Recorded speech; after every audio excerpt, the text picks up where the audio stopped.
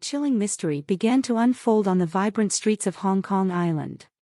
Young women, seemingly plucked from existence, sent shockwaves of fear through the community. The terror peaked during rainy nights, when the shadows seemed to harbor unseen terrors.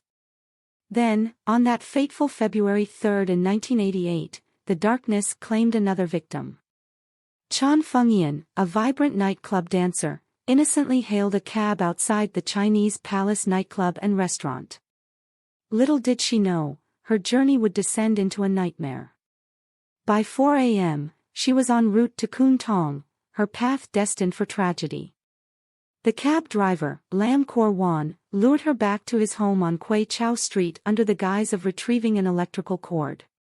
What followed was a heinous act of violence, as Lam mercilessly strangled her to death and concealed her body beneath the very sofa of his living room. The grisly events that transpired next would shock the world. Lam's descent into madness unfolded as he dismembered Chan's body, documenting each gruesome detail in a chilling video titled Serious Secrets. The macabre tale took an even darker turn as he preserved her sexual organs in a grotesque shrine, bathing them in rice wine. Finally, with the aid of heavy rain, Lam disposed of the remains in the murky depths of the Shingmun River. Yet, the echoes of his depravity would reverberate through the streets, haunting the collective consciousness of Hong Kong. On a seemingly ordinary morning in May of 1982, Chan Wan-kit, a 31-year-old trade cashier, stepped out of her workplace on Wuzheng Street at the break of dawn, hailed a cab, and unknowingly sealed her fate. As the city began to stir, Chan's life took a horrific turn. Handcuffed and silenced by Lam Kor-wan, the cab ride turned into a nightmare as she was brutally strangled to death with an electric cord. But Chan's tragic demise was just the beginning of Lam's descent into darkness. Armed with a surgical scalpel, he embarked on a gruesome ritual, dismembering her body with cold precision. Limb by limb, he meticulously severed her flesh, preserving parts for his twisted desires. As the city slept, Lam's sinister acts continued to unfold. Liang Xiaowan, a 29-year-old street cleaner, fell victim to his depravity on a desolate stretch of Argyle Street. Dragged into his web of horror, she too met a grisly fate at the hands of this remorseless killer. Lam's macabre appetite for violence knew no bounds as he documented each sickening act, capturing the brutality on film for his own twisted pleasure. But Lam's hunger for carnage was insatiable. With each victim, his methods grew more calculated, his depravity more unfathomable. Liang Weisum, a bright-eyed 17-year-old student, became his next target, snatched from the vibrant streets of Hong Kong after a night of celebration. Her disappearance sent shockwaves through the city, leaving her loved ones and authorities scrambling for answers. Behind closed doors, Lam's atrocities reached new depths of depravity. Each victim met a fate more gruesome than the last, their lives extinguished in moments of unspeakable horror. Yet, amid the darkness, a glimmer of hope emerged as the city rallied together in search of justice for the innocents lost to Lam's reign of terror. As the sun rose over the city skyline, the chilling truth began to unravel, exposing the depths of Lam's depravity. But for the families of his victims, the scars of his atrocities would endure, a haunting reminder of the darkness that lurked beneath the surface of Hong Kong's bustling streets. Lam's reign of terror came to a dramatic end on a fateful day in August 1982. Unbeknownst to him, his sinister deeds would catch up to him in the most unexpected way.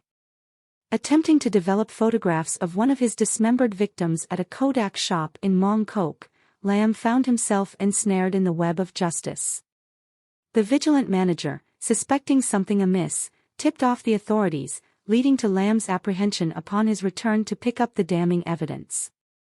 Cornered and desperate, Lam spun a web of lies, claiming the photographs belonged to a friend who failed to appear. But the truth was already closing in.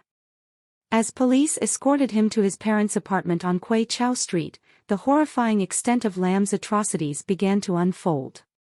Hidden within the confines of his bedroom lay a trove of evidence, from pornography to photographs of body parts, chilling videotapes, and containers holding women's sexual organs. Following a grueling trial that gripped the nation for 3 weeks, Lam was ultimately convicted of 4 counts of murder. His sentence, originally death by hanging, was later commuted to life imprisonment, a decision met with mixed emotions from a public reeling from the horrors he unleashed. In the aftermath of Lam's capture, forensic experts employed innovative techniques to identify his victims, using photo-superimposition to match ante-mortem photographs with post-mortem skulls. It was a painstaking process that brought closure to the families of those lost to Lam's brutality. Yet, the legacy of Lam's crimes lingered long after his incarceration. Concerns about the potential for similar atrocities led to the destruction of all his photographs and videos, erasing the macabre evidence of his depravity from existence. But the scars he left on the city of Hong Kong would endure, a stark reminder of the darkness that lurks beneath the surface of human nature. But who is Lam, and how did he become such a monstrous figure? Born as Lam Kor-wan in British Hong Kong on May 22, 1955, his early years seemed unremarkable. Yet, beneath the surface lay a tumultuous upbringing marred by family strife and personal turmoil. Following a stint in Brunei with his father's employment, Lam returned to Hong Kong in 1962. Settling in Kwun Tong, he navigated the challenges of adolescence while shouldering the weight of familial expectations. His father's insistence on working in the family motorcycle store strained their relationship, leading to a rift that drove Lam from his home. Expelled and adrift, Lam's descent into darkness accelerated. A brush with the law marked the beginning of a pattern of disturbing behavior, culminating in a stint at Castle Peak Hospital for treatment. Renamed temporarily, his troubled psyche manifested in increasingly aberrant ways, including a disturbing fascination with female flesh. Transitioning into adulthood, Lam found work as a cab driver, adopting the moniker Lam Kor-wan. But behind the facade of a seemingly ordinary profession lurked a sinister truth. Lam's newfound hobby in photography masked a darker obsession, one that would soon consume him entirely. Under the cover of darkness, Lam prowled the streets, preying on unsuspecting female passengers. His methodical approach to murder, captured in chilling detail through photographs and videos, earned him a notorious reputation. Dubbed the Jar's Murderer and the Rainy Night Butcher by the press, Lam's depravity knew no bounds. Yet, amidst the horror, Lam maintained a facade of normalcy, sharing a bedroom with his unsuspecting brother, who remained oblivious to his heinous deeds. As the bodies piled up, meticulously disposed of in the dead of night, Lam's brother became entangled in the web of suspicion, casting a shadow of doubt over their familial bond.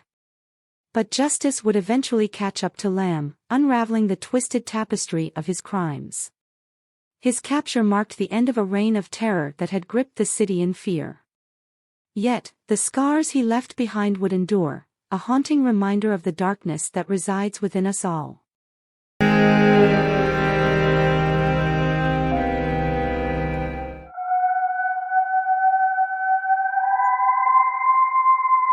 Mary Fagan was born on June 1, 1899, into a humble Georgia family of tenant farmers.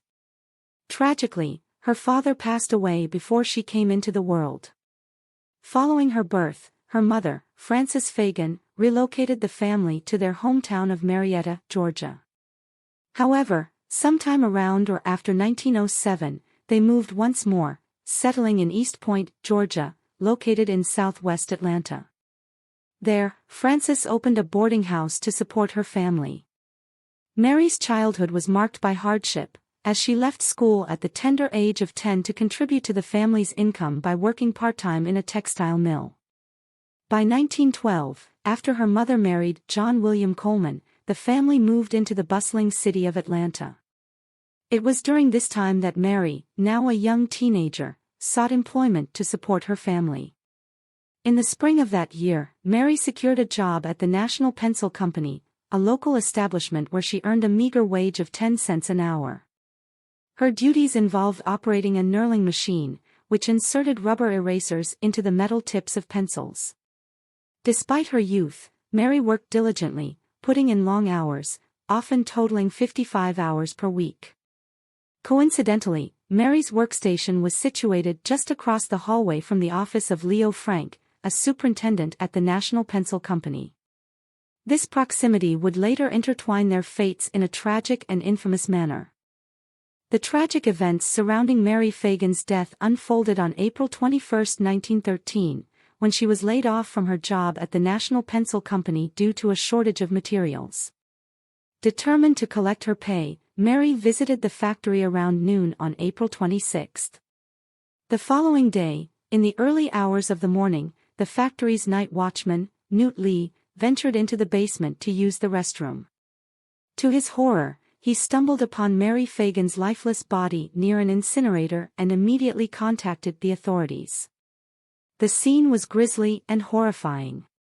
Mary's dress was pulled up around her waist, with a strip from her petticoat wrapped tightly around her neck. Her face bore scratches and was disfigured, while her head showed signs of severe bruising.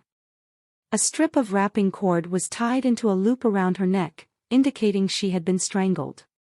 Despite the brutal assault, her underwear remained around her hips, albeit torn and stained with blood.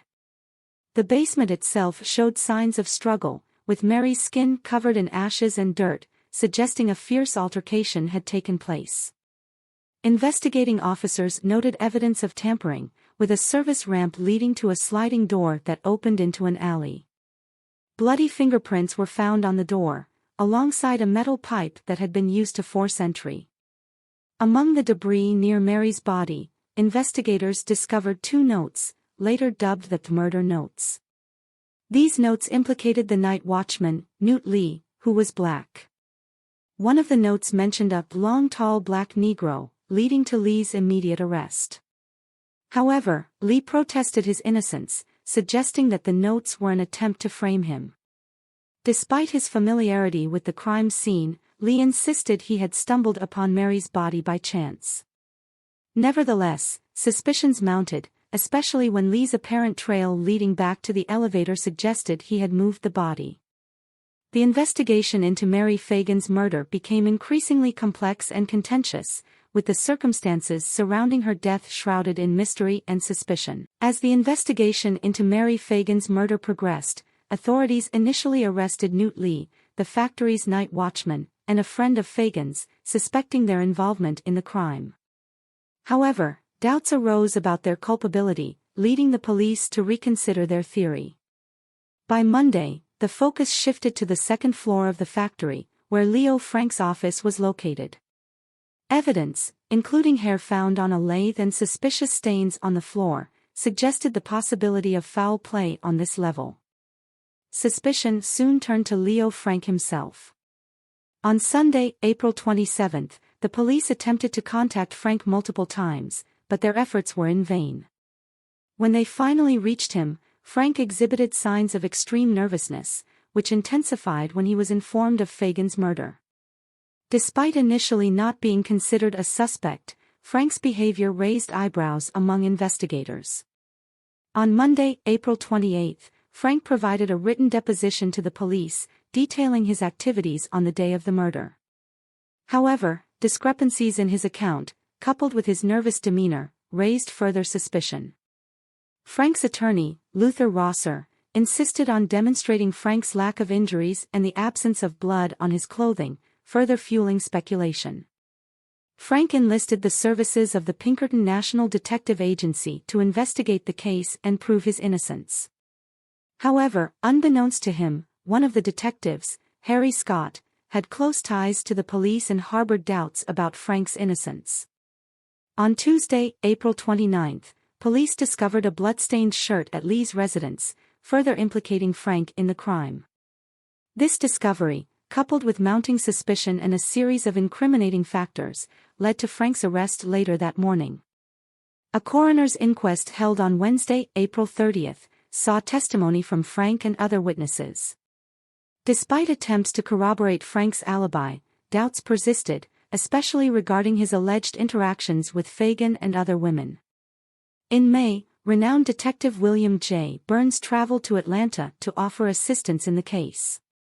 However, his agency withdrew later that month, disillusioned by the societal implications and political entanglements surrounding the investigation.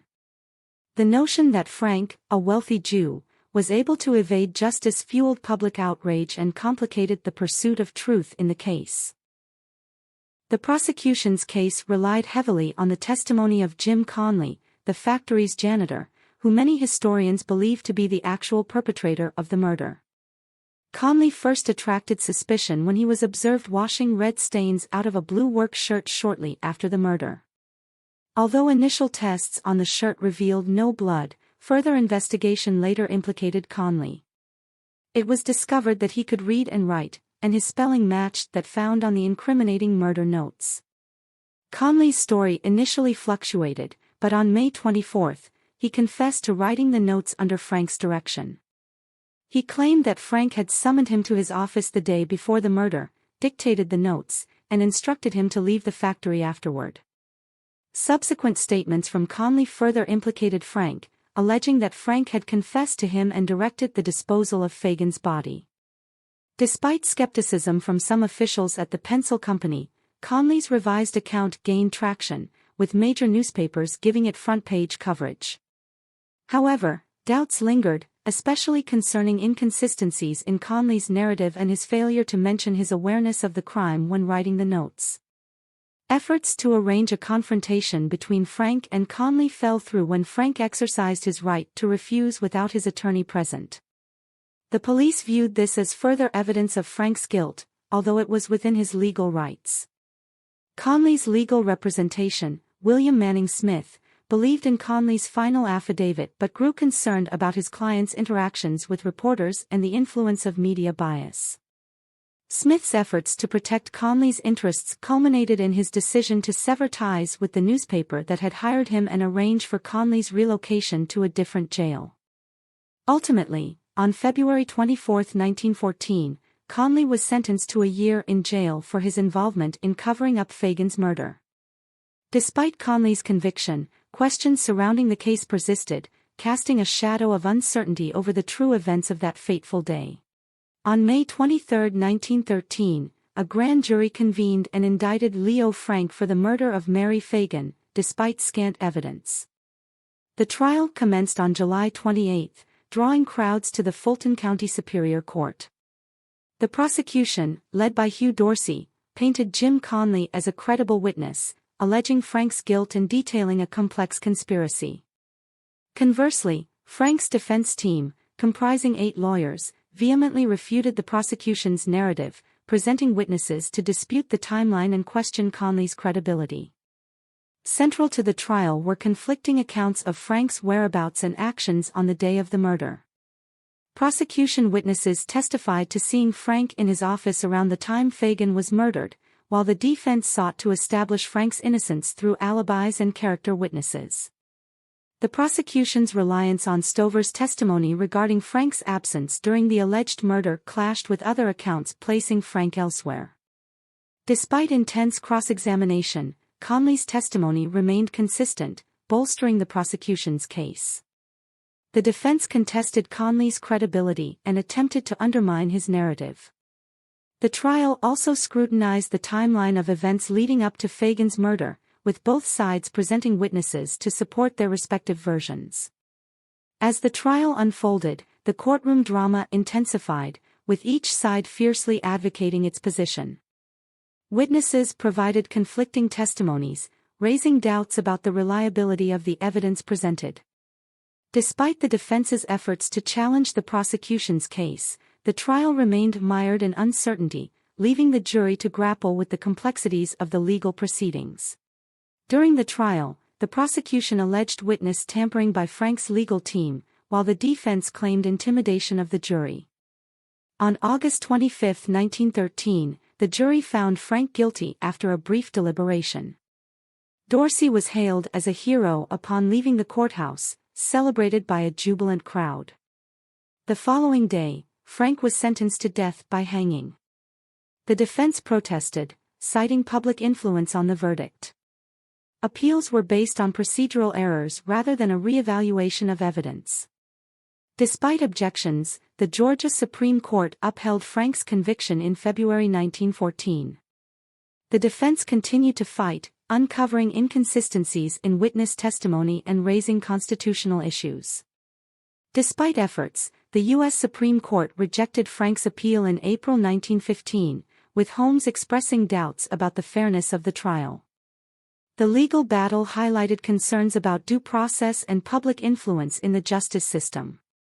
On April 22, 1915, Frank's request for a commutation of his death sentence was denied by a narrow vote.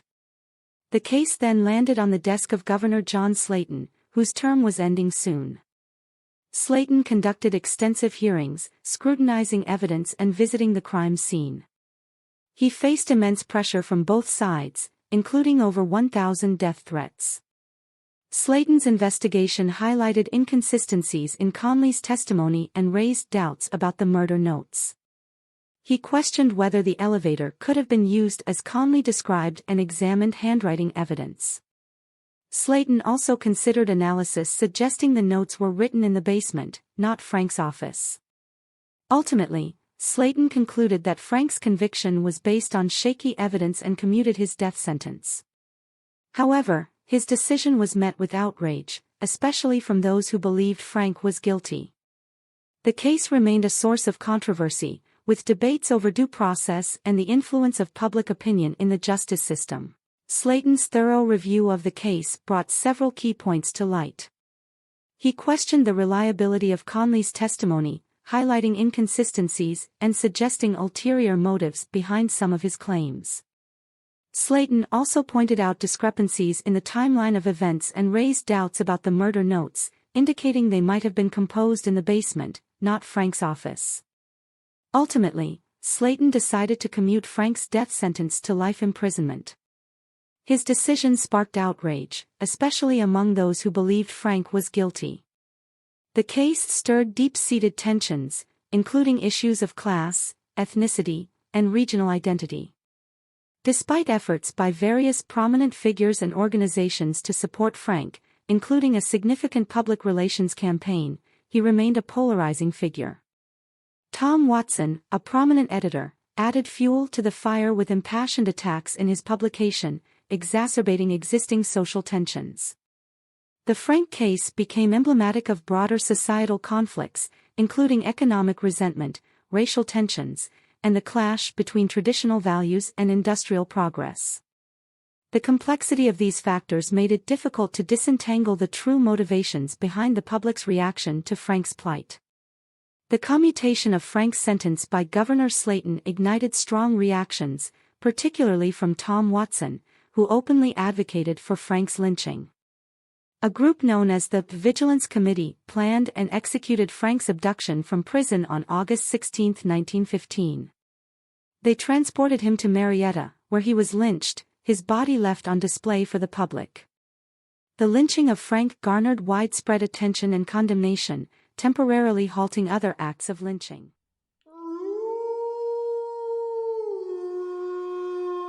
In the depths of Ukraine's heartland, a chilling saga unfolded, casting a shadow over the serene landscapes and tranquil communities. Each chapter, more harrowing than the last, revealed the disturbing tale of a man consumed by darkness, a man whose name would become synonymous with terror. It began in 1989, with a family of 10 brutally slain during an attempted robbery, a shocking prelude to the horrors that would follow.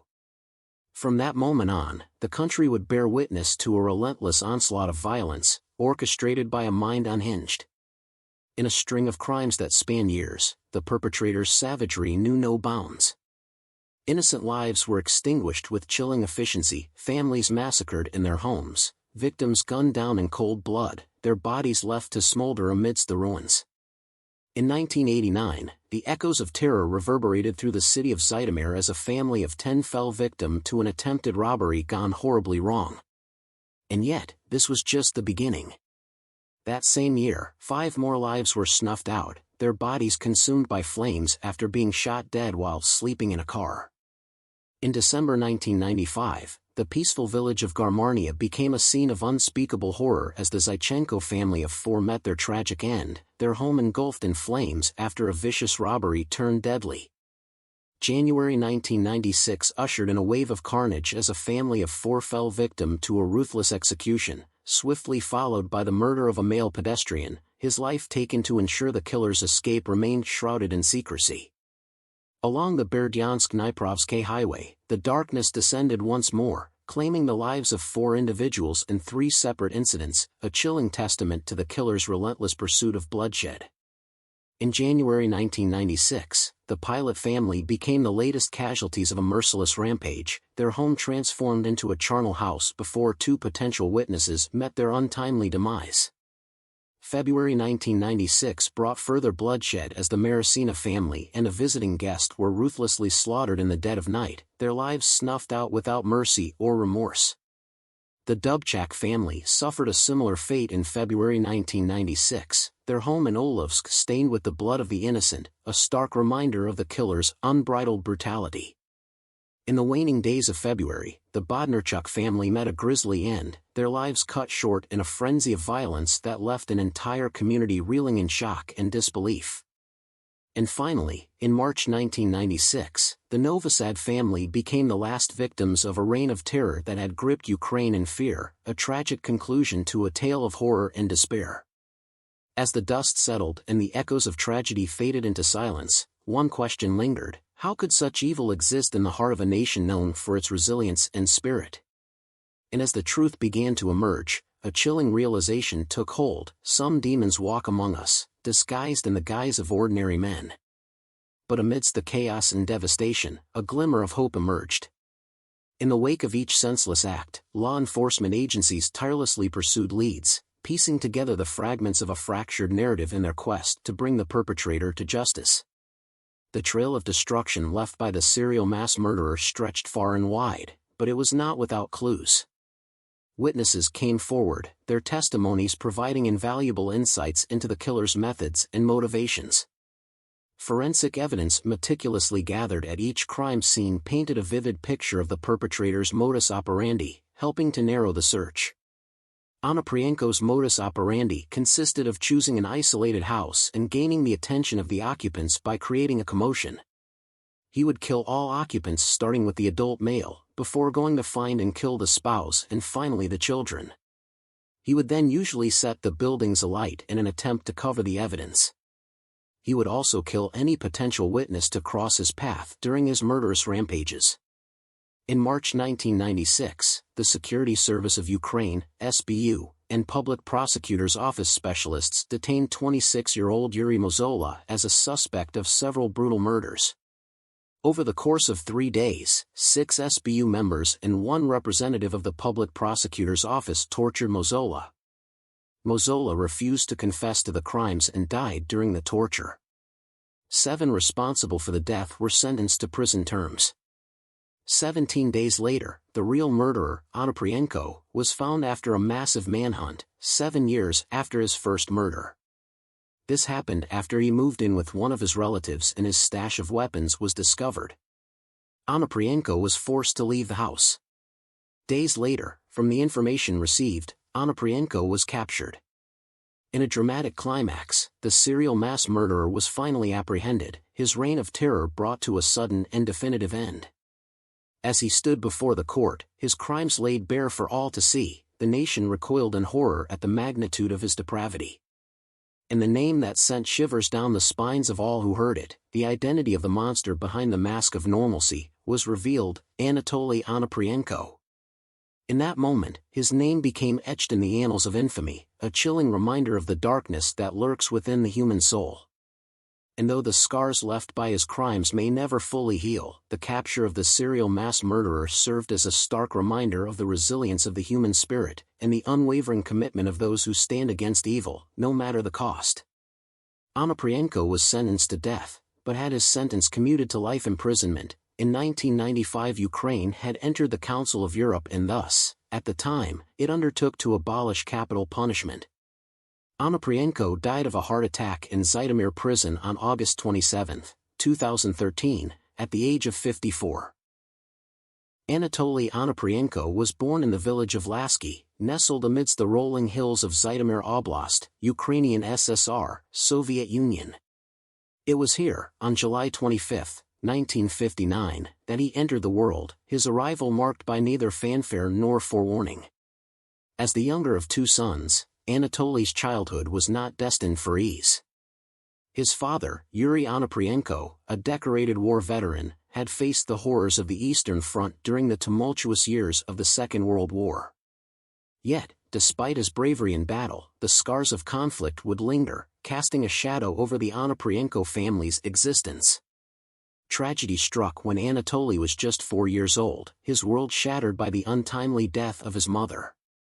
Left orphaned and adrift, he was entrusted to the care of his grandparents and aunt before finding himself consigned to the impersonal embrace of an orphanage in the village of Privot, Volyn Oblast. The loss of his mother left an indelible mark on Anatoly, a wound that would fester and grow with each passing year. Resentment simmered beneath the surface as he grappled with feelings of abandonment and betrayal, his sense of familial belonging fractured beyond repair. In the eyes of society, Anatoly became just another statistic, a child consigned to the periphery, destined to slip through the cracks of an indifferent world. But within him, a darkness began to stir, a primal force fueled by anger and despair, waiting to be unleashed upon an unsuspecting populace. As the years passed, Anatoly's descent into darkness would culminate in a reign of terror that would grip Ukraine in fear.